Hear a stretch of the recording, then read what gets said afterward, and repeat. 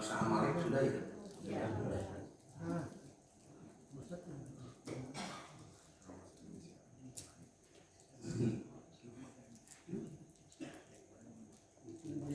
Itu bangsa Indonesia.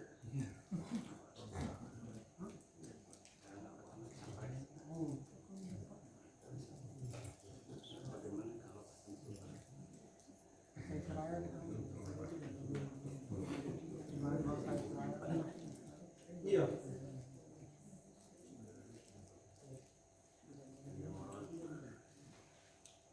Jadi kita insya Allah menjawab isu yang lain.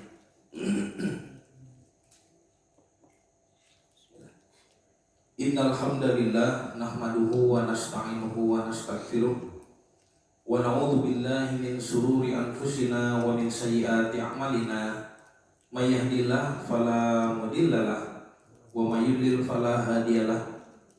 Asyhadu an la ilaha illallah wahdahu la syarikalah wa asyhadu anna Muhammadan abduhu wa rasuluhu alladzi la nabiyya ba'dah, amma ba'du. Para hadirin Bapak dan Ibu yang dirahmati Allah, puji dan syukur kehadirat Allah yang Maha Ghafur, kita bisa dipertemukan kembali dalam keadaan sehat walafiat, sehat yang mudah digunakan untuk beribadah. Yang insya Allah pada kesempatan kali ini melanjutkan kajian eskatologi Islam. Kemarin kita sudah menjawab tuduhan bahwa Palestina itu disamakan dengan bangsa Amalek.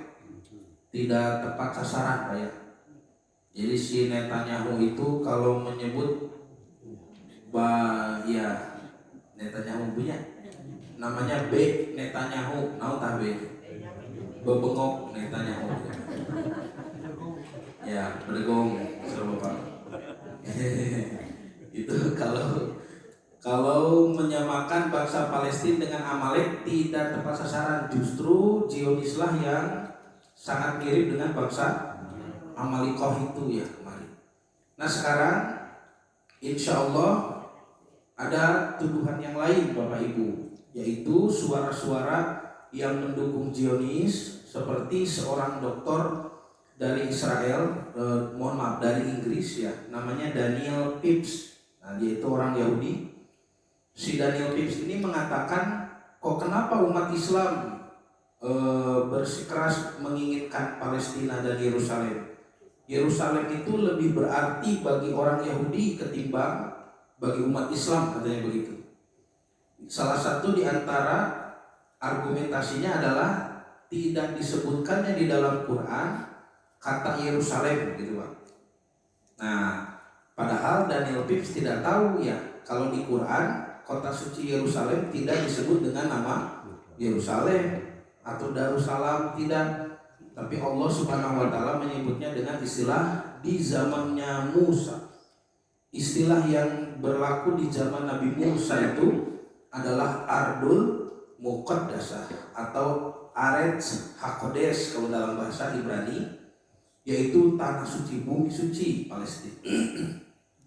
Nah, juga ada suara-suara lain pendukung Zionis itu mengatakan, kenapa umat Islam menilai Palestina dan Yerusalem dari sudut pandang agama mereka? Karena Tuhannya umat Islam dengan Tuhannya orang Yahudi itu kan beda. Nah itu ya, ada juga yang mengatakan seperti itu. Jadi Tuhan umat Islam itu Allah katanya, Tuhannya umat Yahudi kan Yahweh. Kenapa disamakan begitu ya? Nah jadi kita bahas itu ya. Apakah Tuhan umat Islam itu sama dengan Tuhannya orang Yahudi begitu Pak? Ya. Nah, Bapak dan Ibu yang dirahmati Allah, Yahudi, Islam dan Kristen ini suka disebut sebagai dalam bahasa Ibrani ya, istilahnya oleh orang Yahudi Bnei Ab Ehad. Bnei Ab Ehad itu artinya adalah saudara sebapak.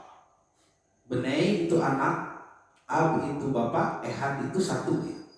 Jadi Bnei Ab Ehad itu anak dari bapak yang sama, bapak yang satu. Yang dimaksud bapak di sini adalah Nabi Ibrahim alaihissalam atau orang Yahudi menyebutnya Abraham, ya. Abraham. Karena ketiga agama ini sering disebut agama Ibrahimiyah atau agama Samawi gitu ya, atau Abrahamic faith begitu Pak. Meskipun ulama-ulama Islam tidak terima kalau Yahudi dan Kristen disebut Abrahamic faith, ya.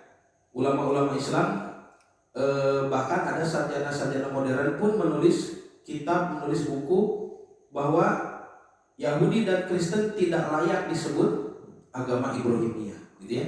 Yahudi yang Kristen sekarang. Nah, tetapi kan pada dasarnya ketiga agama ini mengaku berasal dari Bapa yang sama, Bapa iman yang sama, yaitu Nabi Ibrahim alaihissalam. Kita bisa lihat bukti-buktinya Pak ya. Ketiga agama ini memuliakan Nabi Ibrahim. Contoh nih, di dalam Injil dulu ya, Injil Matius nih, pasal 1 ayat pertama. Kalau saya kutip dalam kitab Bible ya, itu bunyinya adalah, inilah silsilah Yesus Kristus, anaknya Daud, anaknya Abraham. Anaknya Daud, anaknya Abraham. Sebentar, kalau tidak salah ini ada versi teks aslinya ya, di mana ya? Saya lupa.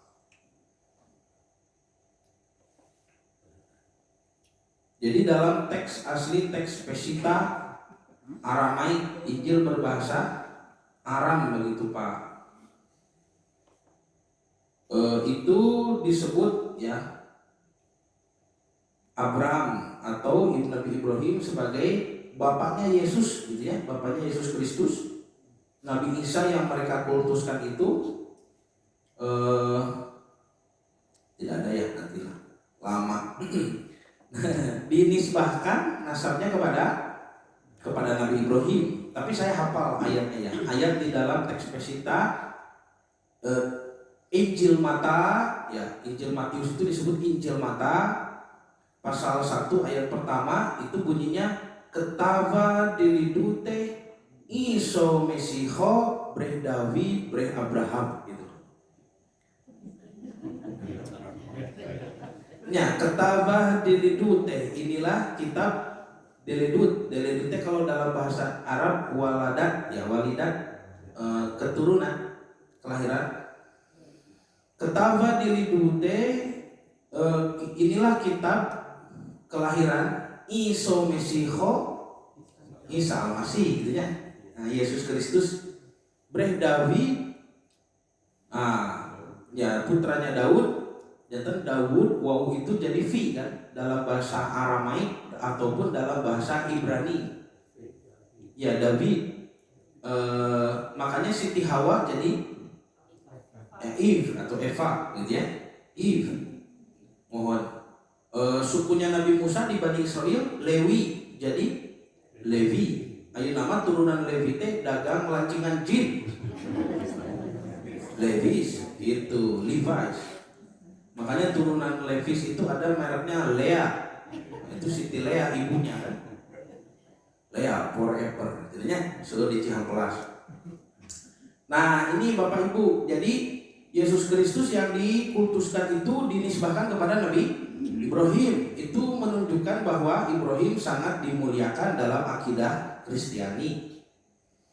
Sekarang dalam akidah Yahudi sering baca sholawat nih, namanya Jewish Shema atau sholawat ya, Shema milik Yahudi. Nah, ini berbunyi Shema Yisrael dalam bahasa Ibrani ya. Nah, kalau ini ada teksnya Pak. Tuh Pak, Ibu kelihatan tidak nih? Ini teksnya ya. Silakan Bapak Ibu mau dibaca. Tahu dulu tuh.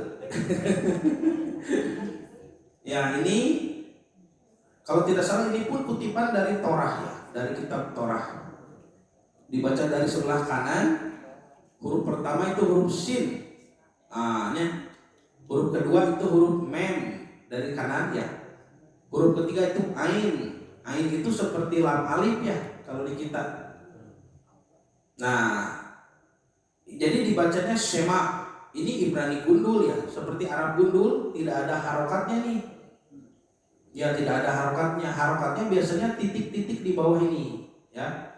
Jadi kalau bahasa Arab itu harokatnya di atas ya, yang di bawah itu hanya kasroh saja kan. Kalau di Ibrani harokat itu di bawah semua. Yang di atas itu hanya syiddah, tasdid saja. Ya. Atau ada vokal ok ya. Ya, vokal ok ada itu yang pakai di atas, ada yang pakai wau. Jadi ini tidak ada titiknya atau yang disebut dengan nikud ya, harokat. Berarti ini Ibrani gundul, Pak. Kalau ada titiknya Ibrani jabri gitu. Nah, ini dibaca Shema. Ya, Shema itu kalau dalam bahasa Arab isma. Dengarkan, gitu ya. Shema Yisrael, dengarkan Bani Israel. Yahweh Elohenu, Allah itu Tuhan kita. Yahweh Ehad, Allah itu Ahad. Tadi ayat Qul huwallahu ahad Yahudi tadi. Velohe abtenu, dan Allah itu Tuhannya bapak-bapak kita. Velohe Abraham, Tuhannya Ibrahim. Velohe Yitzhak, Tuhannya Ishak. Velohe Yakov, Tuhannya. Tuh kan bapak ibu pintarnya, bisa menerjemah gitu ya. Jadi ini sebetulnya doa ya, sholawat yang suka dibaca ya, ada lagamnya begitu, ada lagunya. Nah, tapi di sini kita lihat ada nama Ibrahim, gitu ya. Ya, dibaca di dalam sholawat mereka setiap hari. Nah, umat Islam bagaimana? Umat Islam pun sama, setiap hari, setiap kali sholat, dalam posisi duduk tahiyat, kita bersholawat kepada Nabi Muhammad SAW, dan dilanjutkan menyebut nama Ibrahim. Allahumma sholli ala Muhammad wa ala ali Muhammad kama sholaita ala Ibrahim. Hobinya tiap hari, tiap sholat itu menunjukkan ya bahwa Nabi Ibrahim itu penting dalam akidah kita. Nah, Bapak dan Ibu yang dirahmati Allah, kalau ketiga agama ini sama-sama mengaku turunan imannya Ibrahim, berarti Tuhannya harusnya sama tidak? Sama apanya? Tapi kok kenapa kita menyebutnya Allah, Yahudi menyebutnya Yahweh itu, Pak? Ya, bacaan yang diterima itu Yahweh. Tapi kalau ada Yahudi jangan sembarangan Pak ya menyebut kata Yahweh, nanti mereka suka marah. Yahudi yang taat begitu ya, bukan Yahudi Zionis, bukan. Kan kita sudah pernah bahas. Yahudi dengan Zionis itu berbeda. Jadi kalau Yahudi dilarang ya menyebut nama itu, nama Yahweh itu di luar sholat, tidak boleh. Jadi Yahudi pun sholatnya mereka menyebutnya tefilah. Ada juga yang mengatakan selotah begitu. Di dalam tefilah atau selotah itu tidak boleh disebut di luar ya. Di luar tefilah dan selotah itu tidak boleh disebut nama Tuhan. Itu perintah Torah dalam kitab kitab Keluaran kalau tidak salah ya. Kitab Keluaran itu dikatakan janganlah kamu menyebut nama Tuhan sembarangan ya, di dalam kehidupan sehari-hari tidak boleh. Makanya Yahudi itu Pak kalau melihat huruf seperti ini ya, YHWH ini, nah huruf YHWH ini, YHWH dibaca Yahweh, tapi kalau dibacanya di luar sholat, mereka tidak mau baca. Mereka ganti dengan istilah lain. Ya, jadi kalau baca huruf ini 4 huruf YHWH, mereka tidak mau membacanya. Ya. Bilih ibu pernah ke dina angkot orang Yahudi, nah tinggalkan 4 huruf nya dibaca gitu. Nah mereka tidak mau baca, tidak boleh. Diganti dengan Tuan begitu, Tuan. Ya, nama yang agung, bahasa Ibranina Adonai. Jadi mereka kalau lihat 4 huruf ini mereka sebut Adonai. Adonai itu nya Tuan. Atanapi dua ya nama gantinya itu, ada Adonai, satu lagi ada Hashem. Hashem teh sang nama, gitu ya, sang nama. Sehingga dina film naonnya tidak boleh menyebut nama atasannya itu. Dina Harry Potter. Nah, dina film Harry Potter itu penjahatnya siapa? Si Voldemort. Itu kan tidak boleh disebut punya. Hanya ibu yang tahu. Bapak teh naon Harry Potter. Bapak mah terangna Harry Redknapp gitu nya, pelatih bola. Nah, ini diganti dengan Adonai. Terus. Jadi Bapak Ibu, sebetulnya kita dengan umat Yahudi itu sama-sama punya nama Tuhan terdiri dari 4 huruf. Nah, gitu ya. Terdiri dari 4 huruf. Ya, Yahudi punya YHWH, ini Islam punya Alif Lam Lam Ha. Tanda bacanya jelas, cara bacanya jelas. YHWH dibaca Yahwah. Alif Lam Lam Ha dibaca Allah. Nah, orang Kristen ingin memakai dua nama ini nanti. Orang Kristen pakai YHWH bacanya Yahweh. Dimarahi oleh orang Yahudi. Salah kamu baca gitu. Orang Kristen pakai Alif Lam Lam Ha bacanya Allah. Dimarahi oleh orang Islam. Salah itu pembacaan. Jadi dalam Bible Kristen itu disebutkan Allah kan? Ya. Dan yang lebih parah lagi, Alif Lam Lam Ha dalam Bible Kristen tidak dipakai untuk nama Tuhan, Bu, tapi untuk terjemahan kata Tuhan. Makanya kalau kita bilang tidak ada Tuhan selain Allah, orang Kristen mengatakan tidak ada Allah selain itu. Nah, Allah itu jadi terjemahan Tuhan. Nah, itu pelanggaran itu. Ya. Siapa yang bertanggung jawab?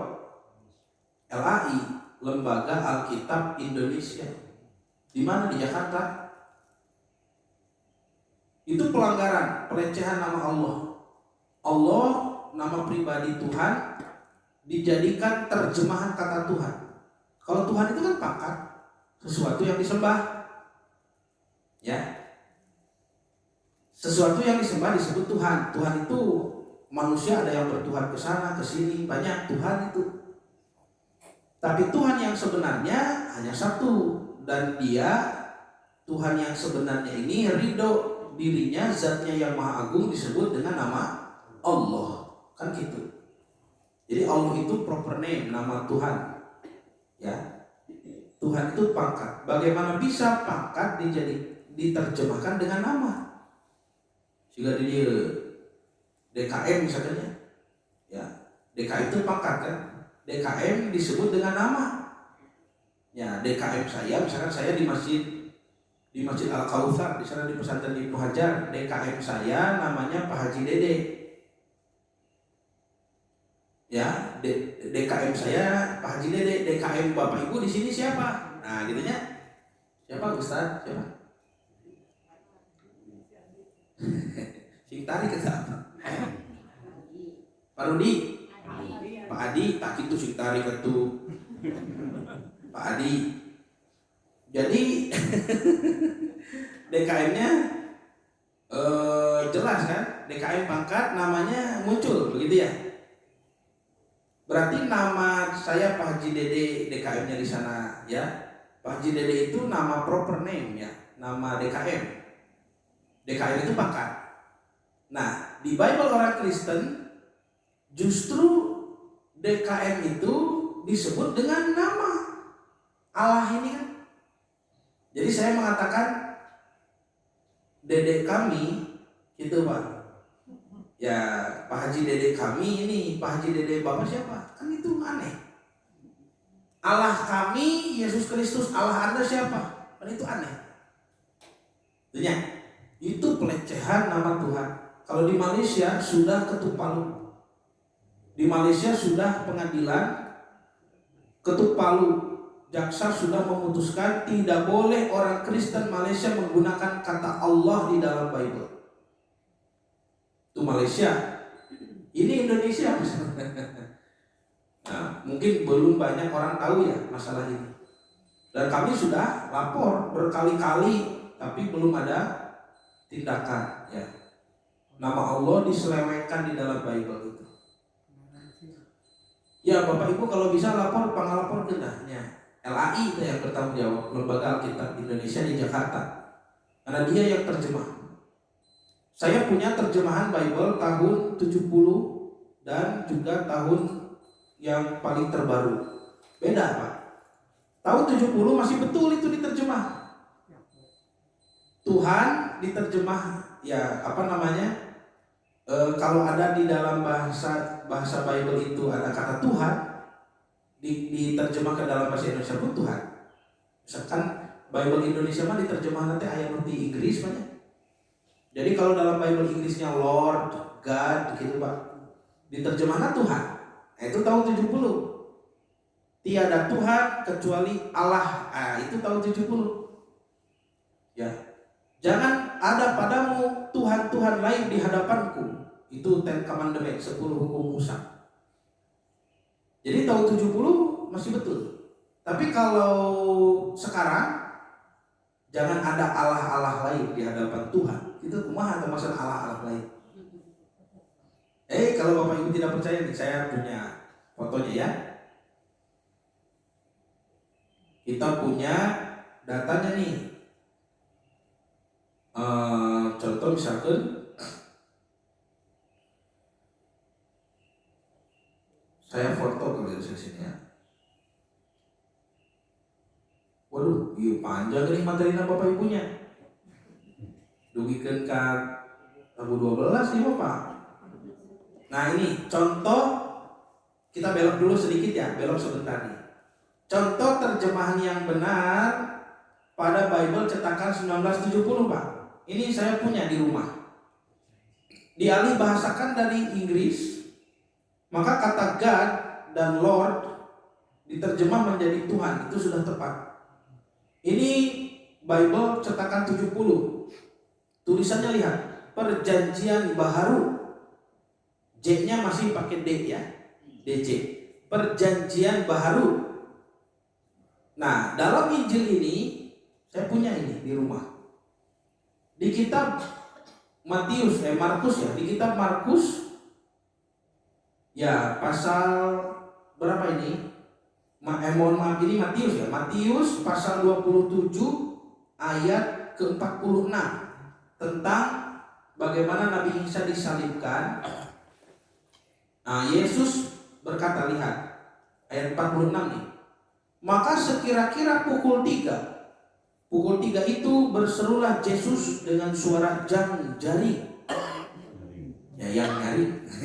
Katanya Eli Eli lama sabachthani, artinya ya Tuhanku, apakah sebabnya engkau meninggalkan aku? Ini sudah betul. Ya Tuhanku, gitu ya Pak, Bu. Ya. Tapi ini Bible cetakan lama ya, masih pakai ejaan lama. Di Bible yang sekarang di ayat yang sama. Nih, ayat yang sama. Matius pasal 46 nih. Ini kan 47-nya. Ini 46. Eli Eli lama sabachthani, artinya Allahku, mengapa engkau meninggalkan aku? Beda ya? Beda apa sama? Lihat lagi yang tadi. Artinja, ini ejaan lama. Artinja jadi tinja apanya? Artinya ya Tuhanku, Eli ini kan bahasa Ibrani. Tuhanku kalau bahasa Arab ilahi, begitu. Tuhanku sudah betul ya. Tuhanku. Tapi kalau dalam Bible modern sekarang Allahku, tak gitu Pak. Ini pelecehan nama Allah ini. Mengapa engkau meninggalkan aku? Gitu Pak. Tuh, Eli lama sabachthani, jadi Allahku, mengapa engkau meninggalkan aku? Ini penerjemahan yang salah. Dalam 10 komandemen, 10 hukum Musa, jangan dianggap orang ini Nabi Musa ya. Lihat nomor 1, jangan ada padamu Allah lain. Nah gitu Pak, jangan ada padamu Allah lain. Harusnya jangan ada padamu Tuhan lain, kan begitu. Bisa dipahami ya? Nah ini apalagi nih ayat hafalan, ayat-ayat akidah mereka. Harusnya ini ayat yang memperkenalkan nama Allah. Akulah Allah Tuhanmu, harusnya begitu. Ini malah akulah Tuhan Allahmu. Kumaha itu teh? Liur. Ini jadi bikin pusing. Karena memang ada misi begitu ya. Nanti datang ke pelosok-pelosok, ke warga-warga yang latar belakang pendidikannya rendah, petani-petani miskin. Nanti mereka bertanya, Allah kami Yesus Kristus, Allah Anda siapa? Ulang petani, mah cen ari Allah urang saha gitu. Padahal pertanyaannya yang salah kan? Harusnya Tuhan kami Yesus, Tuhan Anda siapa? Oh Tuhan saya Allah, kan begitu. Ini pertanyaannya salah. Allah kami Yesus, Allah Anda siapa? Allah urang saha cen, Allah mah Allah we. Nanti baru dipelitirkan bahwa Allah yang selama ini kamu sembah adalah Yesus, kan gitu. Tahu sebenarnya demikian sekilas info gitu ya. Kita kembali ke jalan yang lurus. Nah, Bapak Ibu yang dirahmati Allah, ketiga agama ini sama-sama mengakui Ibrahim sebagai bapak iman. Nabi Ibrahim itu dulu orang mana? Orang Irak, Babylon. Ini Babylon. Berarti Nabi Ibrahim itu punya Tuhan, namanya siapa, kan begitu. Kita menyebutnya Allah, Yahudi menyebutnya Yahweh. Karena Kristen malah tong diajakannya. Yang tepu gue udah siapa mah. Jadi Islam dan Yahudi saja lah kita bahas. Islam menyebut Allah, Yahudi menyebut Yahweh. Ibrahim menyebut yang mana ini? So, kalau ketiga agama ini atau khususnya Islam dan Yahudi sama-sama mengaku turunan imannya Ibrahim, berarti nama Tuhannya harus sama dengan Ibrahim. Nah, kita cari tahu nih, Ibrahim itu orang Irak, dan di Irak itu dulu zamannya Namrud, bahasa yang digunakan adalah bahasa Akkadia. Tinggal tapaku, ini bahasa Akkadia. Bahasa Akkadia disebutnya lisanum Akkaditum, bahasa Akkadia. Ini nenek moyangnya bahasa Arab, bahasa Aramaik, bahasa Ibrani, bahasa Amhari. Ini nenek moyangnya bahasa Akkadia. Tuh dituturkan di Asyur, Assyrianya, cakat Suriah, dan di Babylon, Irak. Bahasa ini di wilayah Mesopotamia, wilayah negeri seiring sungai Tigris dan Efratnya Irak. Sudah punah tahun 100 sebelum Masehi, sebelum zaman Nabi Isa sudah punah. Dia adalah rumpun bahasa Semit dan bahasa resmi di Mesopotamia utara di Irak. Dia adalah lingua franca, nah lingua franca teh bahasa internasional, gitu ya, bahasa perdagangan. Makanya Nabi Ibrahim dari Irak hijrah ke Palestina, dari Palestina masuk Mesir, dari Mesir nanti ke Hebron, lalu ke Mekah, gitu ya. Bisa masuk enak gitu kemana-mana tanpa ada kendala bahasa. Karena bahasanya Nabi Ibrahim, bahasa Akkadia itu bahasa internasional. Mun ayeuna masih ke bahasa Inggris gitu. Jadi Ibrahim masuk ke wilayah manapun bisa, gitu ya. Nah ini lingua franca.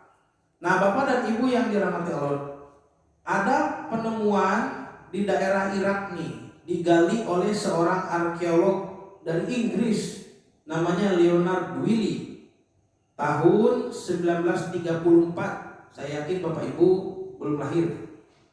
1934 di daerah Babylon di Irak Selatan ditemukan lempengan-lempengan ya prasasti dan juga ada piramida yang buntung tidak utuh namanya ziggurat. Nah di lempengan itu tertulis kata Babil. Babil itu naon Pak Bu? Nya Babylon. Dalam bahasa Akkadia, bahasanya Nabi Ibrahim, Babil itu dari dua kata. Bab itu pintu. Ada di bahasa Arab ge babnya, babun pintu teh. Il itu Tuhan. Jadi sebutnya Il dalam bahasa Nabi Ibrahim, Babil. Nah, ini ziggurat, piramida buntung. Nah, ini disebut Babil, pintu menuju Tuhan. Tuhannya siapa? Namrud. Gitu. Jadi Tuhannya siapa? Raja Namrud kan mengaku jadi Tuhan. Dia orang pertama yang jadi raja, orang pertama yang mengaku sebagai Tuhan, dan orang pertama yang membangkang kepada ajaran Nabi Nuh alaihissalam. Namrud ini salah satu bentuk pembangkangannya, dia menikahi ibunya sendiri. Namrud itu. Ya, dan nanti Allah binasakan dengan seekor lalat masuk ke dalam hidungnya, ke atas sini Pak, ya, masuk ke dalam saluran air mata ke sini, dan diam di dalamnya 3 hari 3 malam, kesakitan, mati dengan lalat Namrud. Tapi penemuan para ahli arkeologi Pak Bu, di zaman ini sudah ada batu baterai. Di zaman Babylon ini sudah ada pembangkit tenaga listrik, namanya batu baterai Babylon. Nanti Bapak Ibu boleh searching lah, batu baterai Babylon. Pernah dengar? Bapak Ibu, batu baterai Babylon ini orang searching gerak. Jadi batu baterai Babylon Pak, sebesar pot bunga begitu Bu. Ya, batu baterainya sebesar pot bunga, ya.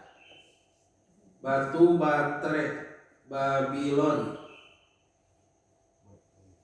Ya. Batu baterai Babylon.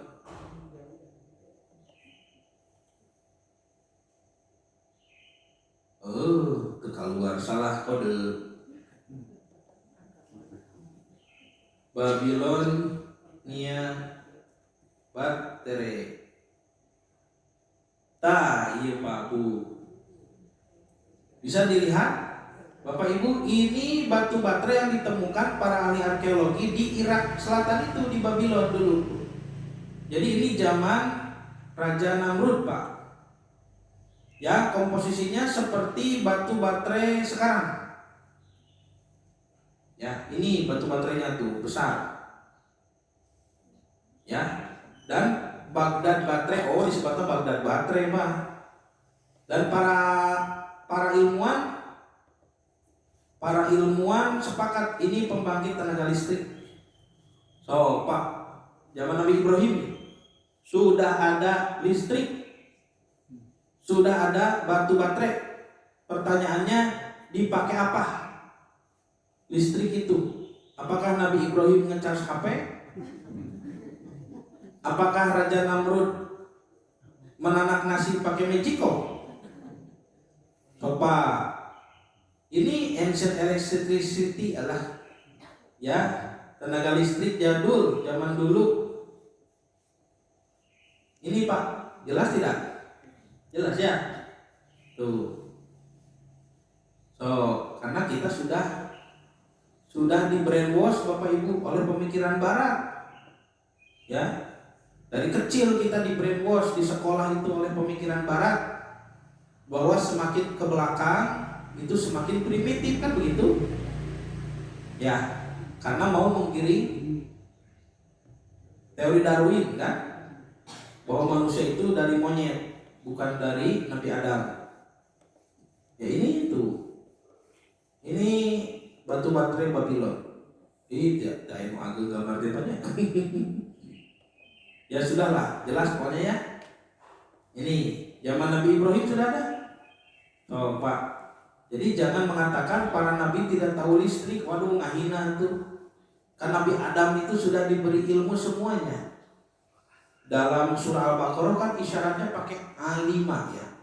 Allah mengatakan wa 'allama Adama asma'ul. Alima itu beda dengan arafa. Dalam bahasa Arab kalau alima itu idrakul kulli, mengenal seluruhnya. Kalau arafa idrakul juz'i, mengenal sebagian. Makanya Bapak Ibu waktu pertama kali bertemu disebut masa-masa ta'aruf. Ta'arufnya tidak arafa. Ta'aruf, tak kenal maka ta'aruf kan gitu. Nuju ta'aruf teh mengenal semuanya tidak? Tidak ya. Nuju ta'aruf mah mengenal sebagian. Yang diperlihatkan kan yang bagus-bagusnya saja ya. Nah, kan masa-masa ta'aruf mah begitu. Baru mengenal sebagian. Nanti setelah menikah baru alimah mengenal semuanya gitu ya. Terus Pak, nah ini zikrat. Ini lempengan-lempengan yang ditemukan di zaman Nabi Ibrahim. Tulisannya bahasa Akkadia pakai aksara paku. Kelihatan tidak Bapak Ibu aksara pakunya? Jadi Nabi Ibrahim kalau bisa menulis, tentu saja beliau bisa. Beliau tulisannya pakai huruf ini. Ya, ini tulisan disebut dengan cuneiform. Cuneiform itu aksara paku, ya. Nah, ini lempengannya. Tuh, jadi di atasnya ada aksara paku. Ditulis dalam batu. Rapi punya. So, Bapak Ibu, ini bisa dibaca apa isinya? Bayar hutang gitu. Nunagi hutang ini. Nunagi sametan kan ya. Ya, ini prasasti tanah liat dengan aksara paku yang menyebut Tuhan dalam bahasa di Babylon dengan istilah il atau iloh. Ya, ini aksara paku. Kalau mau lebih jelas nih, dikonversi dulu gambarnya ya. Tuh. Nah, ini hurufnya ini. Cuneiform. Aksara paku. Ya. Mohon. Ini aksara paku, Bu. Jadi kalau Ibu mau kirim surat kepada Nabi Ibrahim harus pakai huruf ini. Bapak Abraham, gitunya. Nah, di dalamnya tertulis ada istilah ilu mardu. Pernah dengar? Ilu mardu, apa itu? Ilu itu Tuhan, mardu itu pencipta. Ilu mardu ini nama berhala paling besar zaman Ibrahim yang oleh Nabi Ibrahim tidak dihancurkan itu. Kan berhalanya dihancurkan oleh Nabi Ibrahim ya. Lalu si kampaknya digantungkan di berhala yang paling besar. Nah, itu dia itu namanya ilu mardu, Tuhan sang pencipta. Ya, yang nanti ketika Ibrahim ditanya siapa yang menghancurkan patung-patung kami, kata Ibrahim mungkin yang besar itu kan gitunya. Ilu mardu. Kalau kata orang Babylon, bagaimana mungkin yang besar itu menghancurkan patung-patung di sekitarnya, kan dia berkedip saja tidak bisa. Lalu kata Ibrahim, kenapa itu disembah gitunya. Nah, itu Nabi Ibrahim buat keributan di sini Pak Bu, di dekat Ziggurat ini. Ada ilu madu, ilu artinya Tuhan, madu itu sang pencipta. Nah, jadi kesimpulannya di zaman Nabi Ibrahim alaihissalam Tuhan itu il atau ilu. Ini terlihat dari cara Nabi Ibrahim menamai anaknya Ismail. Nah, Ismailnya. Ismail itu artinya apa? Ya, ada yang mengatakan Allah atau Tuhan mendengarkan doa saya ingin punya anak. Ada juga yang mengatakan anak ini akan mendengarkan Tuhan, anak soleh. Nah, terus Pak, jadi ternyata il itu nanti dalam bahasa Arab menjadi ilah. Terus ilu ya sudah khusus Tuhannya ilu mardu, tadi ilu itu yang menjadi Allah. Jadi Al-Quran lebih dekat bahasanya dengan bahasa Nabi Ibrahim, ilah. Bedakan dengan bahasa orang Yahudi. Nah, di dalam bahasa Yahudi Tuhan itu jadi El. Tadi kan Elinya. Eli pakai i itu karena Tuhanku. Kalau Tuhan saja El. Nah, jadi dalam Quran pakai kata il, dalam bahasa Ibrani pakai kata el. Karena sudah lama di Mesir kan, Nabi Musa kapukul. Ya, lama di Mesir, jadinya terkontaminasi. Nah, contoh nih di Quran ada Israel, tapi kalau dalam Bible Israel. Nah, jadi Israelnya di Quran Ismail, di Bible Ismail. Itu Pak Bu. Di Quran Jibril, di Bible Gabriel. Di Quran Mikail, di Bible Mikael, Michael. Di Quran Habil, di Bible Habel. Di Quran Babil, di Bible Babel. Jadi Tuhan itu ilah dalam bahasa Arab, menjadi Eloah dalam bahasa Ibrani. Tuh Pak. Jadi yang lebih mirip mana? Bahasa Arab. Lebih mirip dengan bahasa Yahudi mah. Oh, Bapak Ibu resep tuh kajian kieu, ieu kajian filologi. Terus lah, lewat dulu nya. Karena Bapak Ibu bisi tunduh. Ya, tunduh mah canak di bumi itu mah. Nah, kita buktikan dulu karena kajian ini banyak sekali, saya shortcut saja ya. Saya punya ini bukti kedua ya, bahwa Allah itu lebih tepat nama Tuhan. Saya punya di rumah Torah berbahasa Arab banyak. Jadi saya punya Torah bahasa Ibrani, saya juga punya yang bahasa Arab nih. Ya. Siapa yang menulis Torah bahasa Arab ini? Orang Yahudi, dan dia adalah rabi, namanya Rabi Sa'dia Gaon. Ini Rabi Sa'dia Gaon yang hidup tahun 882 sampai 942 Masehi, ya. Beliau ini adalah rabi temu di urang mah ustad gitu Pak, ulama. Namanya Sa'diyah Gaon itu pangkat gitu ya, pangkat angkatan. Jadi seperti kalau di dalam Islam itu ada pangkat sahabat, tabi'in, muridnya tabi'in itu tabi'ut tabi'in kan gitunya. Tadina kalangan ulama Yahudi ge aya angkatan gitu. Jadi ada angkatan Risonim, ada angkatan Gaonim, ieu mah angkatan Gaonim. Yang itu disebutna Sa'diyah Gaon. Jadi namanya Sa'diyah. Rabi Sa'diyah Gaon Al-Fayyumi, orang Fayyum Mesir. Tuh, jadi orang Mesir, makanya dia bisa bahasa Arab. Gitu ya. Tapi dia orang Yahudi, makanya bisa bahasa Ibrani juga. Nah, Rabi Sa'diyah Gaon menulis kitab Torah berbahasa Arab nih, ya. Saya kutipkan ayatnya. Di dalam Targum ini ayat-ayat yang mencantumkan nama YHWH. Contoh ya,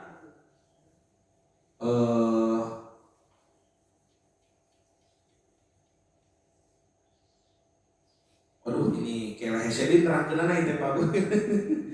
Ayat-ayat yang menerangkan YHWH. Nah ini ya. Nah ini sajalah yang gampang. Ya. Deuteronomium, Deuteronomi teh kitab ulangan. Bahasa Ibraninya Sefer Devarim. Dalam Sefer Devarim disebut YHWH itu yang saya garis bawahi. Ya. Shema Yisrael YHWH Elohenu YHWH Echad. Tadi kan sudah ya, ada ya. Tadi ada kan kita baca. Itu kitab ulangan, kitab Sefer Devarim. Nah, dalam terjemahan Rabi Sa'diyah Gaon di bahasa Arab, Pak. Nih, pakai pembesar ya supaya jelas. Ini cukup jelas Bapak Ibu ya? Ya, Yahwah Elohenu Yahwah Ehad itu diterjemahkan Anallaha Rabbuna Allahul Wahid, gitu Pak. Ini yang menerjemah Rabi Yahudi ya, bukan saya, bukan Rabi Yahudi ya. Karena kayak abdi ya mah, abdi mah tengah batikeun sakieu ti ditu nama. Jadi Shema Yisrael diterjemah I'lam ya Yisrael. Itu Pak. Aneh banyak. Shema itu harusnya Isma, dengarkan. Tapi Rabi Sa'diyah Gaul pakai kata I'lam, ketahuilah. Berarti ada idiom itu Pak. Ada idiom yang diterjemahkan di sini. I'lam ya Yisrael, ketahuilah hai Israel. Yahwa Elohenu diterjemah Anallaha Rabbuna. Tuh, jadi YHWH 4 huruf suci nama Tuhan itu diterjemah dengan alif lam lam ha oleh Rabi Yahudi. Ini menunjukkan apa? Nah, berarti Allah dengan Yahwa itu adalah yang dimaksud Tuhan yang sama. Jadi Bapa dengan Yahudi itu menyembah Tuhan yang sama. Ya. Makanya orang Yahudi diperbolehkan oleh para rabinya ikut sholat di masjid. Boleh. Dan mereka sholatnya kan di waktu pagi dan sore ya. Jadi tidak mengganggu aktivitas sholat umat Islam. Ya di waktu duha jam 8, jam 8 kan umat Islam tidak ada waktu sholat di situ. Dan sore setengah 5, jam 5 gitu kan. Kita pun tidak sholat. Jadi masjidnya kosong. Ya. Tapi kalau masuk gereja mereka tidak boleh. Kalau masuk gereja kanisah tidak boleh. Kenapa? Karena di gereja ada berhala begitu. Kalau di masjid bersih katanya. Nah, ini menurut orang Yahudi. Nah gitu Pak. Jadi ini adalah bukti ya kuat. Ada 2 ya yang saya sebutkan. Bahwa nama Allah lebih tepat sebagai nama Tuhan Nabi Ibrahim alaihissalam. Jadi yang pertama ada penemuan arkeolog tadi ya dalam batu lempengan-lempengan batu prasasti di Irak Selatan di Babylon, yang mana dengan tulisan paku, tulisan Akkadia tertulis bahwa tertulis bahwa orang-orang pada zaman Ibrahim menyebut kata Tuhan dengan istilah Il, gitunya. Il. Yang lebih khusus lagi nanti Ilu. Nah inilah yang terus dipakai Pak sampai ke zaman orang-orang Arab itu. Makanya disebut Allah. Allah teh tina ilah gitu Pak. Aneh Bapak Ibu membaca Allah, kenapa ada O-nya begitu ya? Ada itu kan kalau dalam tajwid hukum tafkhim, gitunya. Allah. Jadi ada pronunciasi O, ada vokal O, Allah. Padahal kan di dalam bahasa Arab tidak ada O. Betul? Harusnya kan bacanya Allah gitu. Kalau dalam bahasa Arab ya. Itu kenapa Allah?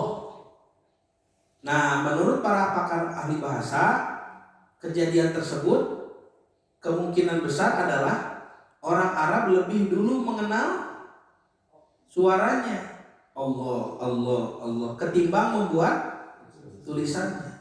Jadi tulisannya datang kemudian.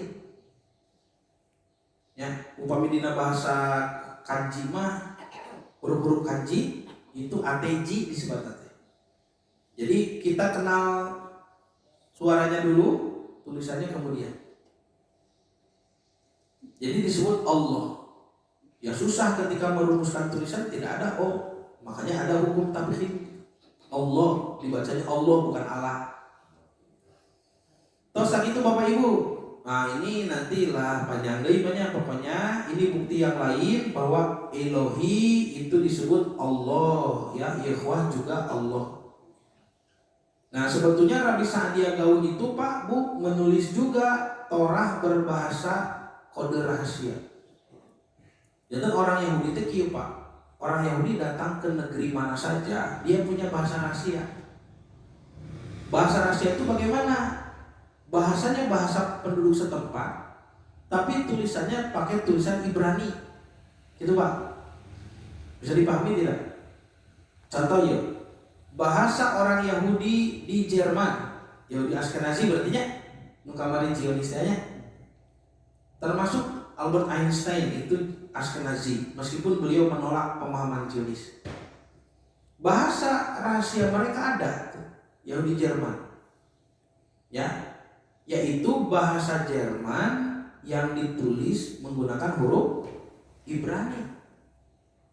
Jadi pas dilihat hurufnya Ibrani, tapi pas dibaca Guten Morgen, oh gini bahasa Jerman, gitunya. Nah, itu namanya bahasa Yiddish. Yiddish teh bahasa Jerman ditulis pakai bahasa Ibrani. Itu bahasa rahasia orang Yahudi Jerman. Nanti ada lagi bahasa rahasia orang Yahudi Spanyol.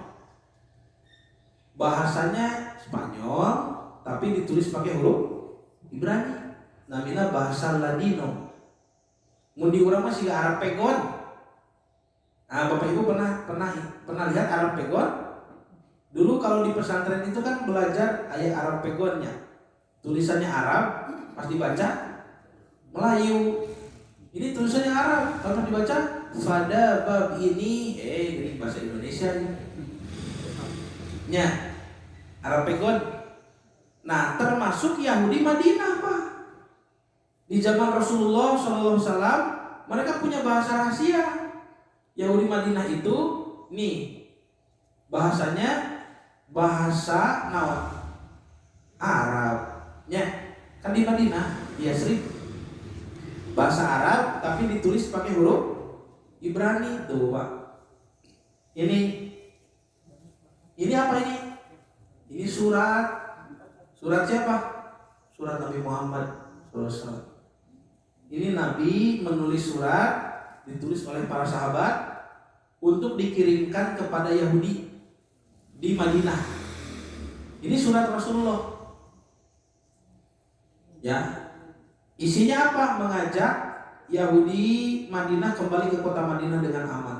So kada dia kayak Yahudi Khaybar itu di suratan dikirimkan. Jadi tulisannya bagaimana? Tulisannya Ibrani. Padahal ini bahasa Arab, gitu Pak.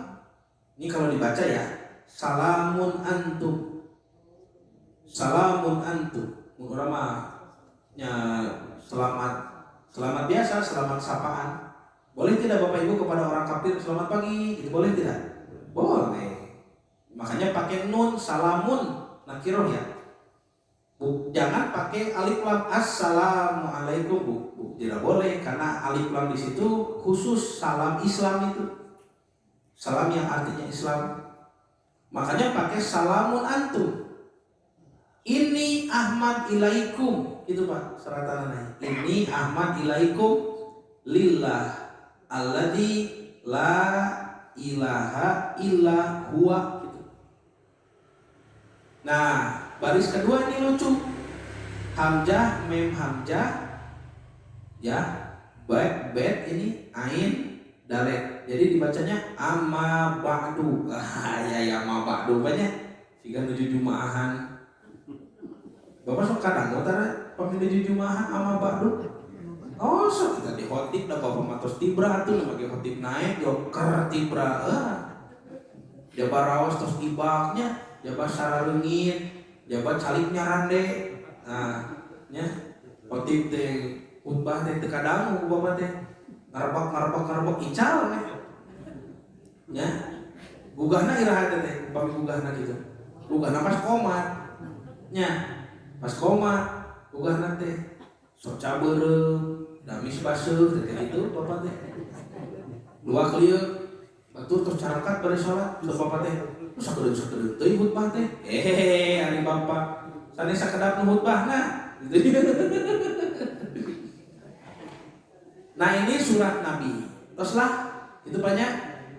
Jadi tetragramaton. Apa itu tetragramaton? 4 huruf suci nama Tuhan di Quran menggunakan alif lam lam ha. Di Bible orang Yahudi atau kitab Torah Tanakh itu YHWH.